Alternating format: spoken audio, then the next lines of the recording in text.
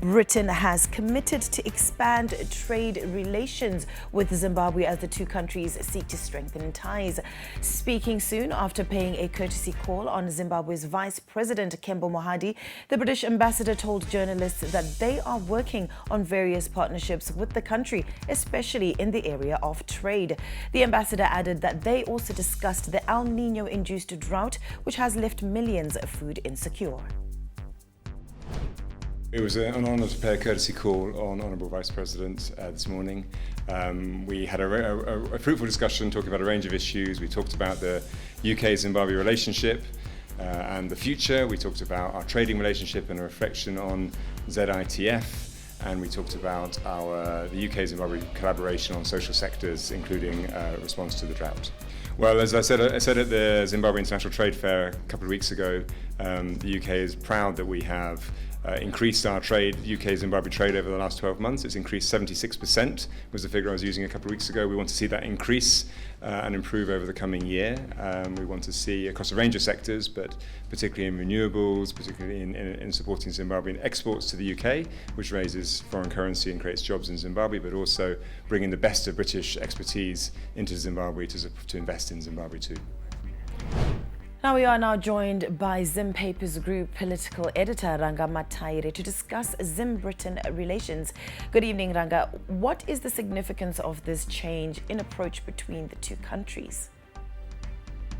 I think the significance of the warming up of relations between London and Harare is that you have now a platform, or have created a platform where the two countries can now engage in terms of trade, in terms of people-to-people relations. And you also appreciate the fact that before this warming up, there were frost relations between Zimbabwe and UK emanating from the land issue.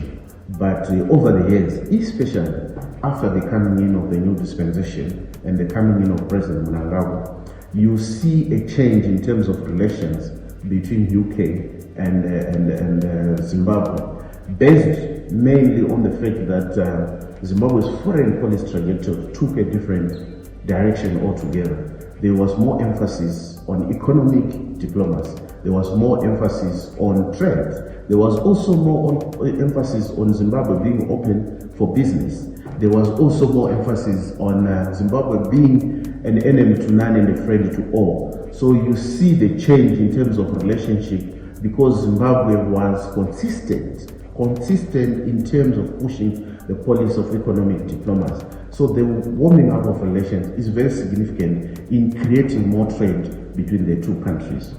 Okay, so from where you stand, Ranga, what more would you want to see over the years as the relationship evolves? In terms of the other benefits that can be accrued from this relationship, from where I stand, I think there is a lot. Recently, you made me aware that Zimbabwe is on the verge of joining the Commonwealth. Joining the Commonwealth, I know a lot of people would say that this is a colonial kind of a club. Far from it, there are so many benefits in terms of people to people that can be accrued from Zimbabwe being part of the Commonwealth. Being part of the Commonwealth on the part of Zimbabwe, it creates a path for it to be an equal member of the community of nations. It also creates positive perception about Zimbabwe standing globally. So I see a lot of benefits that are going to be accrued. You appreciate Zimbabwe and Britain currently. Britain is the 5th largest destination that Zimbabwe exports to. I think there are other countries like Netherlands, Italy, Germany and Belgium. But with these kind of relations coming into the fold, I see the trade aspect also improving.